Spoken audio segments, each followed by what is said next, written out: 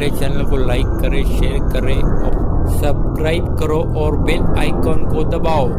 ये शब्दों को आगे बढ़ाते हुए मैं कहूँगा कि ताई ने साफ तौर से एक बात कही है कि हमारी लोकशाही, हमारी स्वतंत्रता और ऐसे ही हमारा संविधान, यह हमारी रूह है, यह हमारी जान है, यह हमारी आत्मा है। मैंने कल भी आपसे कहा कि खुदा ने, उस रब ने, भगवान ने आपको, हमको कलम की ऐसी मजबूत ताकत दी है कि उस ताकत का हम सही, पॉजिटिव, सकारात्मक, पॉजिटिव इस्तेमाल करके हम उस ताकत का देश के लिए बड़ी से करेंगे। और वॉइस ऑफ मीडिया के जरिए से जो पैगाम यहाँ पर दिए गए हैं, उन पैगाम को आगे लेकर जाएंगे।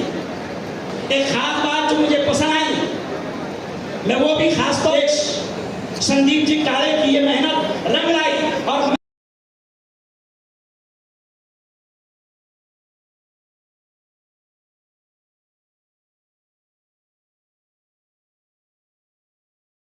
अशा पद्धतीनं सर्व पत्रकारांना एकत्र आणण्याचं काम केलं आणि त्यामुळे मध्ये आपण पाहतोय की आपले चॅनल्सचे पत्रकार सुद्धा आहेत, डिजिटल पत्रकार सुद्धा आहेत आणि वृत्तपत्राचे पत्रकार